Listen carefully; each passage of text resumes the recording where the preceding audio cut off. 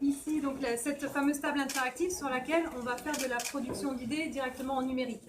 On peut alimenter la divergence et la production d'idées avec des connexions sur Internet et des recherches qui sont associées aux idées qu'on va écrire sur la table.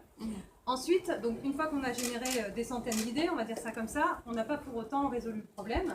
Donc on doit passer à une phase où on doit évaluer les idées, prendre des décisions. Comme un processus d'innovation d'entreprise en fait. Exactement.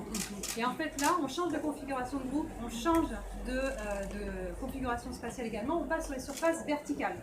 Parce que là, on va déclencher justement ce facteur de leadership dont on va avoir besoin pour prendre des décisions. Pourquoi? Parce que si on a une collaboration trop horizontale au niveau de la prise de décision, les idées qui sont très en rupture, qui sont les plus risquées, elles sont évacuées et on obtient un consensus qui va du coup sabrer les idées en rupture. Donc pour donner une chance aux idées en rupture d'être poursuivies, eh bien, on a besoin de leadership. Et le leadership se développe mieux quand le groupe est face à un support vertical.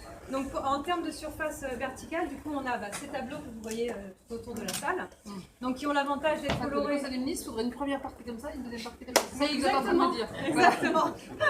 Voilà une application directe. Donc sur les tableaux qu'on a autour de la salle, on a des couleurs, donc c'est sympathique en soi, mais en fait on utilise aussi les couleurs dans la créativité. Par exemple, le rouge, ce sera les émotions, le bleu, c'est plutôt les processus, la gestion du groupe un peu rationnel, etc.